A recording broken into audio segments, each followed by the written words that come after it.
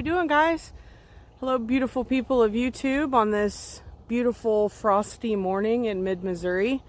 Just want to touch base with you guys. It's been a couple weeks and go over some of the common issues that have come up in my 247 bunkhouse Transcend camper. I'll go over those in a little bit, one by one, things that have happened while I was on the road, when I was staying someplace. You always do that freak out moment of thinking your whole camper's falling apart. It's not, I assure you. There's usually some common, easy fixes to some of these things. Some of these things I'm still dealing with. I just need to find the time to take it to a dealership, have them look over everything and fix it. That is a hard thing to do when you live in it full time. If you have any suggestions for that, how to balance that when you live in your camper full time, if you have issues come up, getting it in to the shop, getting it figured out. I do know that there's mobile techs that will come out and fix it if it's a major issue. I have not had, knock on wood, a big enough issue to require that. I have been able to find things on YouTube or just troubleshoot myself and fix. So this is my short list of things that have come up since I've had it in a year, and it is 3 months now that I've been in it. Appreciate you all watching. Appreciate the love and support. Please like, comment, and subscribe. It really helps the channel out a lot. Hope you all enjoy the content. Here we go. One of the first issues that I noticed coming up within the first 2 times of taking a shower, I would hang my towel on the little hooks that they put up there. Shortly after that, I started to notice that this panel right here started to warp and bend. And you can see how the staples have come out. And it's just so warped that unless I had a point here in the middle to attach to, which I don't want to just start driving staples in the middle of it because I don't think there's anything to attach it to. So it's kind of just been like this since I got it. But you can see the staple coming out right here. Just push it in. I've hammered these and it comes back. It's just warped. I would have to probably either get fresh staples and run along or get a different panel because it's warped so bad. I do keep a dehumidifier in here to try to keep the moisture down, to keep that from happening to any other panels. And anytime I shower, I always remove my insulation and run the exhaust fan to help.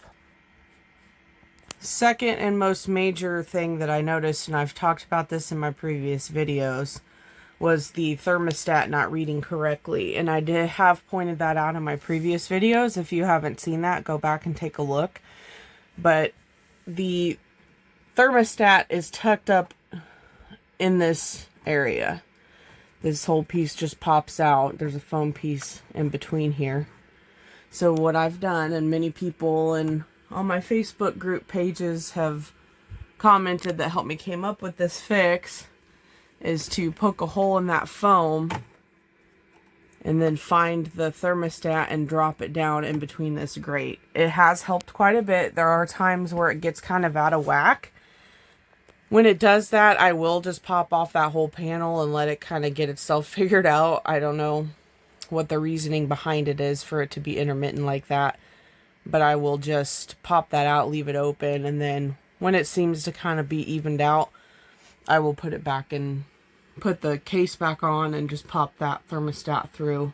I have also, with that issue, found if it's really bad and it's really out of whack for a while and I can't get it to read true to what the actual temperature is, I will go ahead, and I have put a regular thermometer down here to read what it's really at in here, because I have had issues where it's almost 8 to 10 degrees off in here. So I will come through and I just will cycle through everything, maybe kick the air conditioner on if I'm running heat for a little bit, and then I will kick it to heat, let it reset, and then come back in. And sometimes I've found that that does fix it as well. Quick side note, on the air conditioning unit, we had a really aggressive strong wind storm in Iowa one day, and I noticed that there was water leaking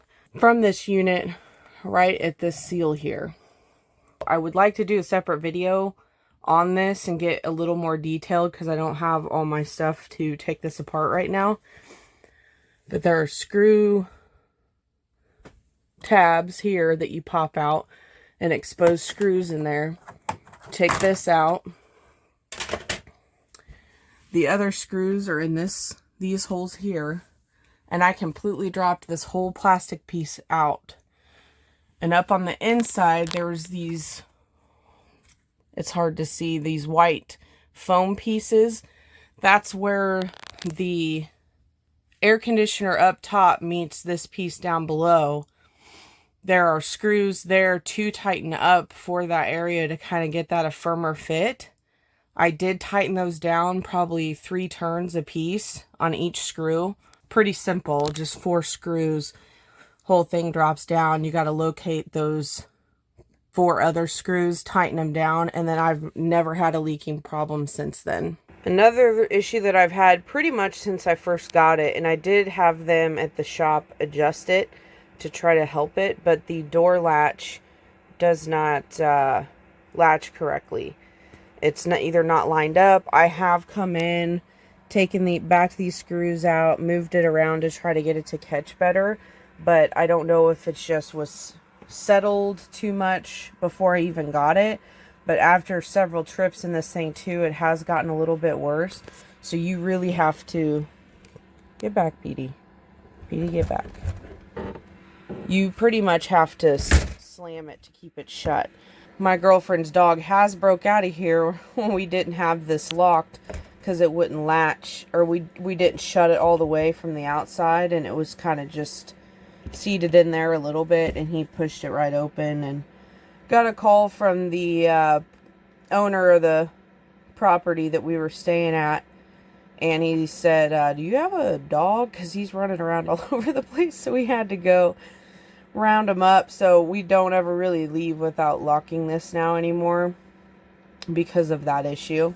And you can see how bad that issue is. The screen door at this point, it used to latch down here, but it doesn't even stay shut at all.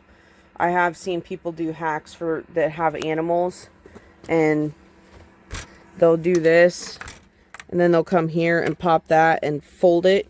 When you know you're moving, you can fold that shut, and they'll fold that to keep a dog from getting out if you have your screen door. I just try to avoid really having to have the screen door open, which sucks. If anybody has any suggestions or has any fix for that, comment below. Let me know what you have found out to work for that. But I've done just about every adjustments I can DIY and do at home, just short of having to take it to the dealership, which is difficult when you live in it full time, but it is what it is.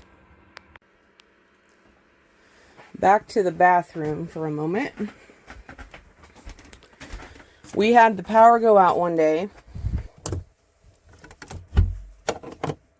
and it would not reset. I checked the fuse box, which I will show you that here in a minute. Checked the fuse box, checked everywhere, checked the main power source. The breakers hadn't tripped, nothing. For whatever reason, something had tripped it. I don't know if it was my coffee maker, if it was my ice maker, anything like that, but I watched some YouTube videos. The first thing that you should probably check when that happens, and you've checked your main power source and you've checked your fuse box, everything like that, there are only a few outlets in your camper. So in this particular model, this is the reset point. So you can just come here, hit reset. You'll get a light. If it's tripped, the light will be shining on it. You just hit reset and everything should come back on and be just fine. For those of you that don't know where your fuse box is in your camper, which I would assume that you do, they do go over it in the walkthrough. Bear with me, it's kind of hard to see and get to. We're all stocked up with our coats and hoodies for the winter, so we have them all up on hooks there. It might be hard to see. But down here's the fuse box. I'm going to try to get a better angle for you, but you just push that up at the top. Pop that down. and you'll see all your fuses in there. It says what area it goes to, and there's lights on that circuit board that will light up with which one is bad.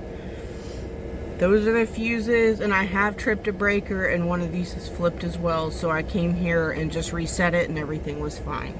We're moving out to the exterior. This is the back window that is in my office area. I've actually noticed it did it again on my last move. I hadn't even checked, but it's kind of hard to see because of the glare of the sun. But you see how there's a gap where this isn't seated fully onto the frame. So what I figured out with that, had to open it up from the inside, take this and just push it over because it is shifted on the hinges. It's shifted on the hinges and it won't fully seat correctly on there. I guess every time that I move it now, it's a thing because I had fixed this previously. It's pretty much inevitable. You are going to have problems with things shimmying and shaking loose when you're going down the road. It doesn't matter how new of a camper you have. These things go through a lot when you're taking them down the road. One of the most surprising things for me is one day once we got out here from being in Iowa, we had put the awning out and it had been out. It wasn't, the wind was picking up a little bit, didn't want to leave it out, so I started putting the awning back in. And when I did that, I was standing inside, kind of keeping the door cracked, keeping an eye on it, and all of a sudden, this whole entire piece, you can see the silver sheet metal screws in that whole cylinder fell out of that seating point and then came down and smacked the side of the camper. I freaked out a little bit because, you know, if I couldn't get the awning in, I didn't want it to be completely ruined. But upon further inspection, realized that I think there's 3 screws that go into that area. You can kind of see one of the screws right there. All 3 of those had worked loose, and the whole cylinder piece of the awning popped out of there. So we had to put it back out, put the arm back out, get a ladder, climb up there. One of us had to hold the cylinder piece of the awning into that seating, and then I had to find other sheet metal screws that fit that hole and then reinsert them. I later found the old screws scattered out on the ground in front of the camper. So that is something maybe to constantly check after you move it. Just before you start using the awning again, climb up on a ladder when it's seated like this and just make sure those screws are tightened down on the seating portion of the awning. This is probably the very, very first issue that came up on this camper, and I do know that it is a common problem as well. The foam piece on the handlebar had a tiny tear at the top. More you use it, just keeps working down. I could get some electrical tape and tape that up, but I kind of don't want to deal with the residue of that either. I just try to avoid that in general. I've kind of left it janky like this. Realistically, I should probably just take the whole thing off. I could find something else to replace it, or even reach out to Grand Design. I'm sure that they would send me a new one, but it doesn't bother me enough to really deal with it or do much about it. So that is another thing on the outside. Here in the propane tank area, I just recently noticed this within the past month of taking off propane, putting it back on, that there is a crack in the seating of this propane tank. I don't know when that came about. I don't know if that got dropped and just cracked. I don't really remember anything significant happening to it. I haven't had it hooked up with knowing that it's like that. I'd never noticed any leaking issues with it if it's been like that for a while, but I probably definitely need to get something new here. On the older models of a lot of these Grand Design campers, the regulator in here was messed up and people were having a lot of problems with their propane. I got the upgraded version and I have not personally had a problem with this regulator at all. So the only thing that I've noticed in here is that crack in the seating part of that. So I do need to get that addressed. We're really working into some very, very tiny, minute details that I have noticed on this camper that have come up as an issue. When I did buy it, I did get the package that they did kind of, it's not a ceramic coating, but it is just kind of almost a spray on wax or protectant for the outside of the camper. I need to check and see what kind of added warranty I have because I did utilize that. I'm not sure. I do need to check. I'm kind of bad with following up with some of that because this kind of stuff doesn't bother me that much, but some of the decals have started to roll up and peel. Really, that's the only place that I've noticed it. All the other places on the side, all down the side and the whole front, I have not noticed that at all, but it's in this diagonal section here on both sides. It's starting to peel up. You can kind of see how it thins out there, but I do need to kind of double check to see if there's anything that they can do for me on that front. If it bothers me enough, honestly, it may just be like that forever. So that concludes the short list of issues that have come up in my camper since I've had it for a year and 3 months. Some people might freak out by some of those issues. I just figured out a way to fix them. The overall functionality of the camper, leaking, water issues, sewer issues, thank God I have not had any of those issues come up, and I'm happy for that. So these little minute things that have come up, I haven't worried about it. Figure it out as I go. Not going to live in it forever. That is a plus. So when those things come up, I just try to fix them the best that I can. I'm just trying to share that content with you all in case you have some similar issues. I really like to hear from some of you guys that are watching. If you are full-time campers, if you have had any issues come up like that, things that you've used to solve them, even if it's not the 247 bunkhouse Transcend Model 2, anything that can come up. A lot of these campers have the same type of components inside of them, whether it's fridge, a Furrion, thermostat, things like that. So feel free to comment in the comment section below. Give me a thumbs up. I really appreciate the support and all the love. You all have a beautiful day. Thanks.